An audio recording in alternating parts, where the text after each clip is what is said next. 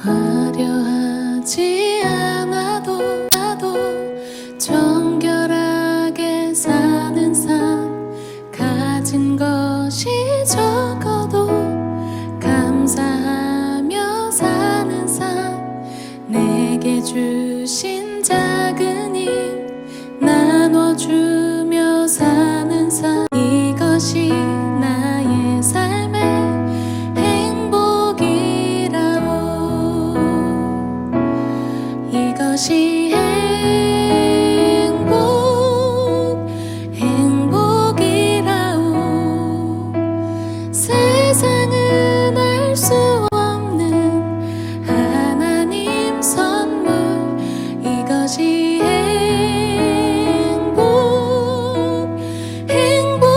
행복이라오. 하나님의 자녀로 살아가는 것, 이것이 행복이라오.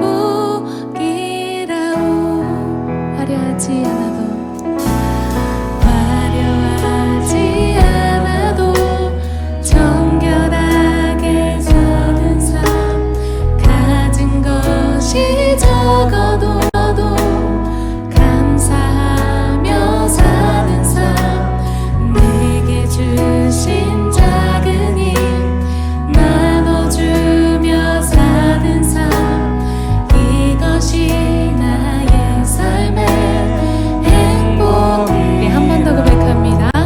화려하지 않아도 정결하게 사는 삶, 가진 것이 적어도 감사하며 사는 삶, 내게 주신 작은 힘 나눠주며 사는 삶, 이것이 나의 삶의 행복이라고. 이것이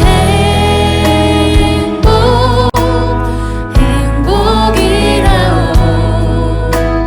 세상은 알 수 없는 하나님 선물, 이것이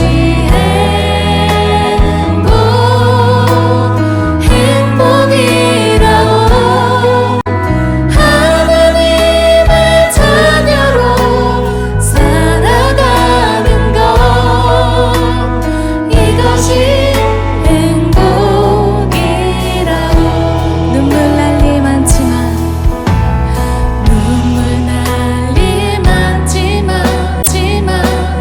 기도할 수 있는 것, 억울한 일 많으나 주를 위해 참는 것, 비록 짧은 작은 삶 주 뜻대로 사, 이것이 나의 삶의 행복. 우리 한 번 더 고백하겠습니다. 눈물 날 일 많지만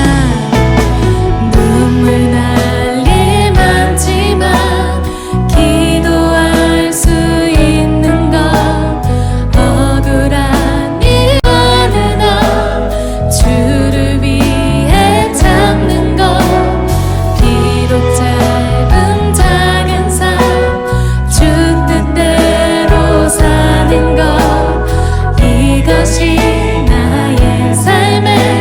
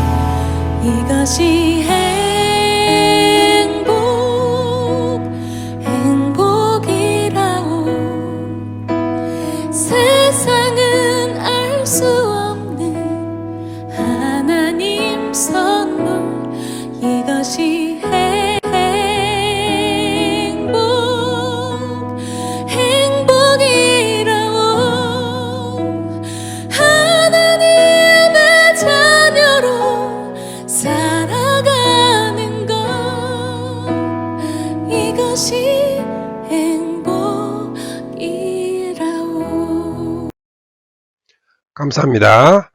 2022년 10월 5일 사랑하는 주님의 자녀들에게 주시는 말씀은 나의 백성을 보내라입니다. 성경 말씀은 출애굽기 5장 1절에서 2절 말씀입니다. 그 후에 모세와 아론이 바로에게 가서 이르되 이스라엘의 하나님 여호와께서 이렇게 말씀하시기를 내 백성을 보내라. 그러면 그들이 광야에서 내 앞에 절기를 지킬 것이니라 하셨나이다. 바로가 이르되 여호와가 누구이기에 내가 그의 목소리를 듣고 이스라엘을 보내겠느냐. 나는 여호와를 알지 못하니 이스라엘을 보내지 아니하리라. 출애굽기 5장 1절에서 2절 말씀입니다. 사랑하는 주님의 자녀들에게 주시는 말씀은 나의 백성을 보내라입니다. 드디어 모세와 아론이 바로에게 가서 나의 백성을 보내라 하고 하나님의 말씀을 전하는 장면입니다. 이는 바로에게는 폭탄적인 선언입니다. 다르게 말하면 선점포고입니다.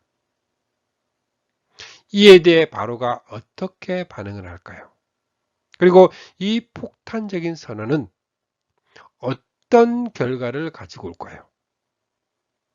이로 인하여 이스라엘 자손들은 모세에게 어떤 행동을 하며 결국 모세는 하나님께 무엇이라고 불평하게 됩니다. 이것이 출애굽기 5장에서 관찰하게 될 과제입니다. 이를 세 가지로 나누어 생각해 보겠습니다. 첫 번째로 여호와가 누구인데 보내라는 것이냐. 출애굽기 5장 2절 말씀에 바로가 이르되 여호와가 누구이기에 내가 그의 목소리를 듣고 이스라엘을 보내겠느냐. 나는 여호와를 알지 못하니 이스라엘을 보내지 아니하리라. 모세가 바로 앞에 들어가서 전하는 말은 한 가지입니다. 내 백성을 보내라. 그들이 나를 섬길 것이니라는 말씀입니다. 하나님의 말씀은 바로가 노예로 부리고 있는 이스라엘 자손들은 하나님의 백성입니다. 그러므로 그들을 보내라. 왜냐하면 그들이 바로가 아니라 나를 섬길 것이라 하십니다. 이에 대한 바로의 반응은 여호와가 누구이기에 내가 그의 목소리를 듣고 이스라엘을 보내겠느냐. 나는 여호와를 알지 못하니 이스라엘도 보내지 아니하리라. 이것이 바로의 반응입니다. 바로의 입장에서 이제 이 땅의 백성이 많아졌거늘 너희가 그들로 노역을 시게 하는도다 하고 바로는 많은 노동력을 잃고 싶지가 않았을 것입니다. 그러므로 앞으로의 싸움은 여호와가 누구인가를 알게 하는데 집중될 수밖에 없습니다. 10가지 재앙들은 여호와가 누구인가를 알리기 위한 자기 계시입니다. 모세와 아론이 바로에게 다시 한번 말합니다. 그들이 이르되 히브리인의 하나님이 우리에게 나타나셨은즉 우리가 사흘길쯤 광야에 가서 우리 하나님 여호와께 제사를 드리려 하오니 가도록 허락하소서. 여호와께서 칼로 우리를 치실까 두려워하나이다. 이는 출애굽기 3장 18절 말씀에서 하나님이 명령하신 대로 한 것입니다. 여기에는 출애굽에 대한 분명한 목적이 제시되어 있습니다. 구원의 목적은 해방만 시키려는 것이 아닙니다. 영원토록 하나님만을 섬기게 하기 위한 하나님의 나라 건설에 있습니다. 여기에서 문제가 되는 것은 사흘 길쯤 광야에 가려는 것이 아니라 약속의 땅 가나안까지 인도하시려는 것인데 이것이 거짓말일까요? 이를 깨닫기 위해서는 하나님께서 모세에게 내가 이 백성을 애굽에서 이끌어낸 다음에 너희가 이 산, 즉 시내산 위에서 하나님을 예비하게 될 때에 그것이 바로 내가 너를 보냈다는 징표가 될 것입니다. 하신 말씀을 기억해야 합니다. 출애굽의 1차 목적지는 가나안이 아니라 시내산입니다. 왜냐하면 그곳에서 첫 언약을 체결해야 합니다. 이스라엘 자손들이 하나님의 백성이 될 수 있었던 것은 아브라함과 이삭과 야곱에게 세워주신 언약에 의해서입니다. 말하자면 그들은 하나님의 약속을 갖고 있었던 것입니다. 그 약속이 시내산에서 언약으로 체결이 된 것입니다. 너희가 이 산에서 하나님을 섬기리니 하셨는데 그들은 출애굽한 후에 시내산에 1년을 머물면서 정성을 다하여 성막을 만들어서 실제로 하나님을 섬겼던 것입니다. 그러므로 사흘 길쯤 광야에 가서라는 말 속에는 이런 의도가 숨어 있습니다. 육적 출애굽 때에는 가나안에 들어가기 위해서 먼저 시내산에 가서 짐승의 피로 뿌림을 받아야 합니다. 그러나 이것은 그림자로 보여주신 것입니다. 영적 출애굽 때는 시내산이 아니라 여러분이 나아가서 이른 곳은 시온산, 살아계신 하나님의 도성인 하늘의 예루살렘입니다. 여러분은 축하 행사에 모인 수많은 천사들과 하늘에 등록된 장자들과 집회와 만민의 심판자이신 하나님의 완전하게 된 의인의 영들과 새 언약의 중재자이신 예수님과 그가 뿌리신 피 앞에 나왔습니다. 그 피는 아벨의 피보다 더 훌륭하게 말해줍니다. 하신 갈보리 산에 이르러 예수 그리스도의 피로 뿌림을 받아야 합니다. 두 번째로 우리를 죽이게 하는도다. 출애굽기 5장 9절 말씀에 그 사람들의 노동을 무겁게 함으로 수고롭게 하여 그들로 거짓말을 듣지 않게 하라. 모세와 아론이 바로에게 들어가 나의 백성을 보내라. 그들이 나를 섬기리라는 하나님의 말씀을 선포한 결과는 이스라엘 족속들에게 평안을 주지 않았습니다. 허튼 소리에 귀를 기울이지 못하게 하여 더 힘겨운 일을 하게 되었습니다. 6절 말씀에 바로가 그날에 백성들의 감독들과 기록원들에게 명령하여 이르되 너희는 백성에게 다시는 벽돌에 쓸 집을 전과 같이 주지 말고 그들이 가서 스스로 죽게 하라. 또 그들이 전에 만든 벽돌 수요대로 그들에게 만들게 하고 감하지 말라. 그들이 게으름으로 소리질러 이르기를 우리가 가서 우리 하나님께 제사를 드리자 하나니 그 사람들의 노동을 무겁게 함으로 수고롭게 하여 그들로 거짓말을 듣지 않게 하라 명령합니다. 그러므로 노동이 배나 많아지게 된 것입니다. 뿐만이 아니라 할당된 벽돌 수요를 채우지 못하게 되자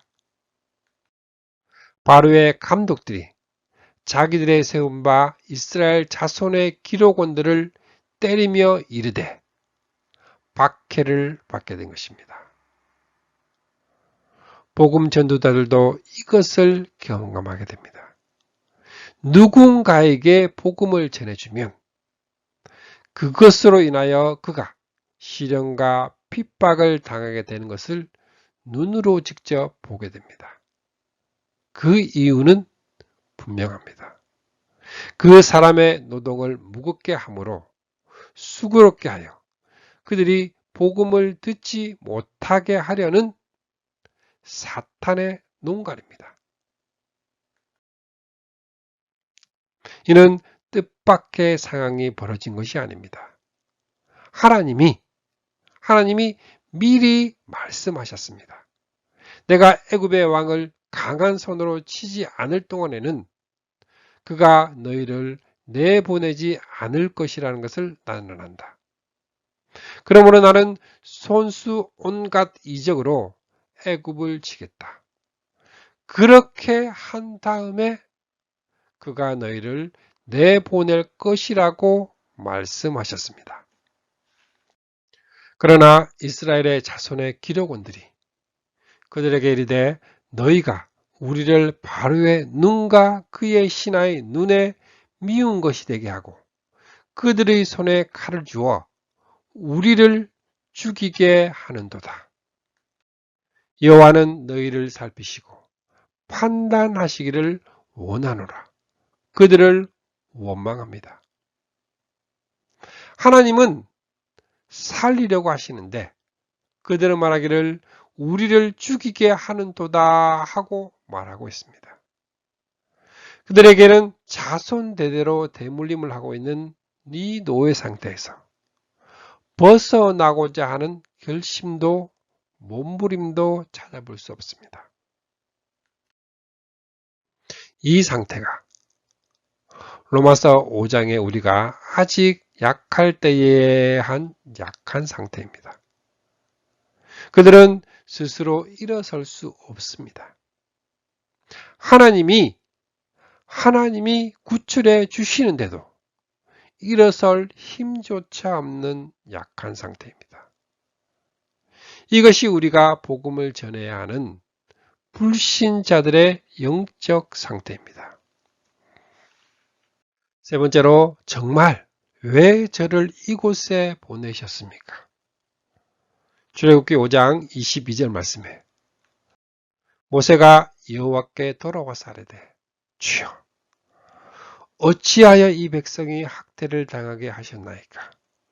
어찌하여 나를 보내셨나이까?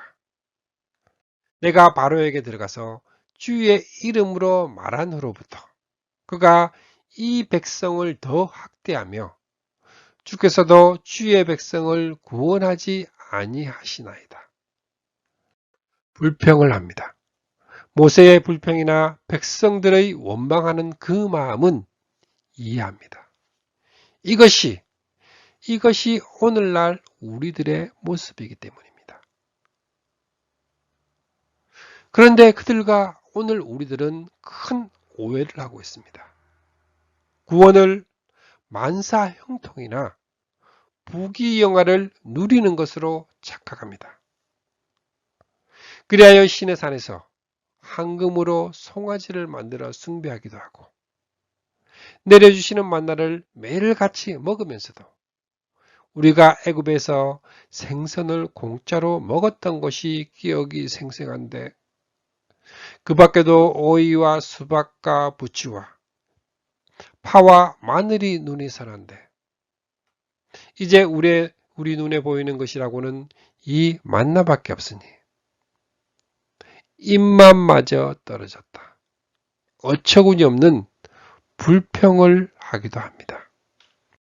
강야 생활이 고생스러워지자 어찌하여 당신들은 우리를 애굽에서 끌어내어 이 고약한 곳으로 데리고 왔나요? 여기는 씨 뿌릴 곳도 못 되고 무화과도 포도도 석류도 없고 마실 물도 없습니다. 물질적인 것을 추구하면서 애굽에서 구출해낸 것을 도리어 원망하고 있습니다. 영혼 구원 운동은 피를 흘리기까지 싸워야 하는 영적 전투입니다. 이를 알았기에 바울 사도는 제자들에게 우리가 하나님 나라에 들어가려면 반드시 많은 환난을 겪어야 합니다. 바울 사도는 미리 말해 주었습니다. 어떤 사람이 주님께 말하였습니다. 나는 선생님이 가시는 곳이면 어디든지 따라가겠습니다. 말하는 사람에게 여우도 굴이 있고 하늘을 나는 새도 보금자리가 있으나 인자는 머리 둘 곳이 없다고 대답하셨습니다. 사랑하는 주님의 자녀가 된 우리도 저들처럼 하늘나라를 가면서 불평, 불만을 하면서 따라가는 사람들이 되지 말고 오직 무슨 일이 생기든지 감사하며 기쁨으로 걸어가는 주님의 자녀들이 되시기를 축복합니다. 아멘.